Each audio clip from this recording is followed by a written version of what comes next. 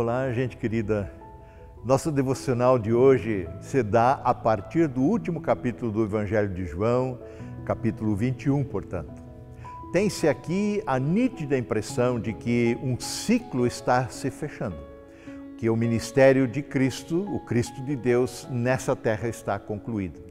Depois de batizado por João Batista, cheio do Espírito Santo de Deus, Jesus foi conduzido ao deserto, onde foi tentado pelo próprio Satanás. Depois Jesus inicia o seu ministério pregando o Evangelho de que o reino de Deus chegou, está próximo e conclamando as pessoas ao arrependimento.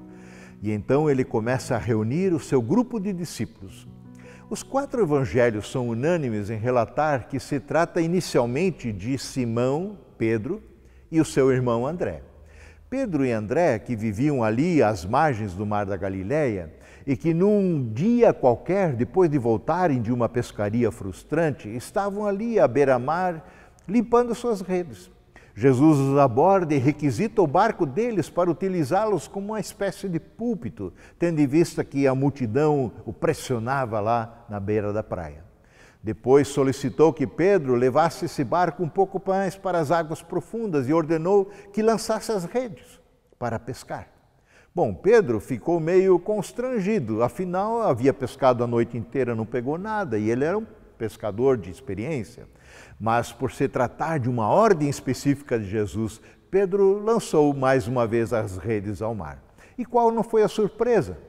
Quando pegaram tal quantidade de peixes que as redes começaram a se romper. Chamando os outros companheiros que estavam em outros barcos, vieram para ajudá-los e recolheram todos os peixes em 2 barcos ao ponto de praticamente naufragarem. E qual foi a reação de Pedro diante de tal pesca?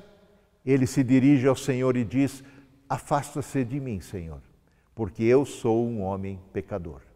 Aqui Pedro torna-se um seguidor de Jesus, torna-se um discípulo de Jesus. E mais, Jesus lhe disse: não tenha medo, Pedro, Simão, de agora em diante você será um pescador de homens. E a vida de Pedro nunca mais foi a mesma. Até o nome dele, aliás, Jesus mudou de Simão para Pedro. Bem, muita água passou por debaixo da ponte nos 3 anos que ele seguiu a Jesus. Agora aqui está Pedro, novamente num barco, pescando juntamente com os demais discípulos.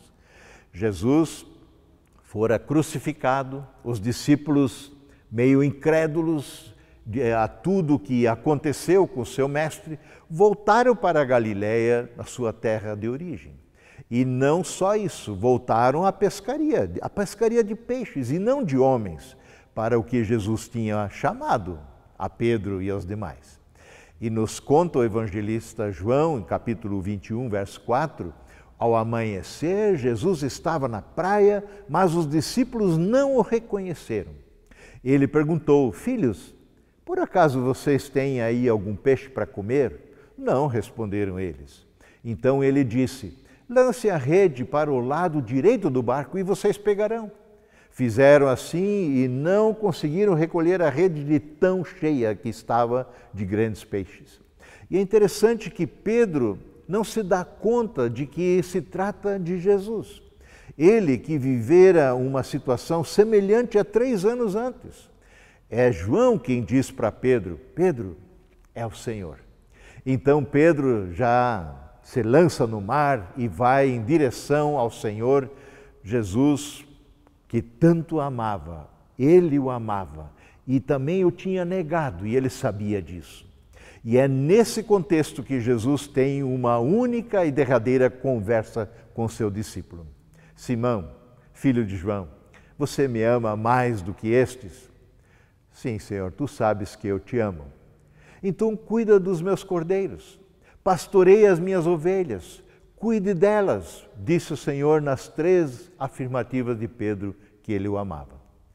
Por que Jesus, ao final do seu ministério nessa terra, não perguntou para Pedro: Pedro, você captou todas as minhas lições que eu lhe dei?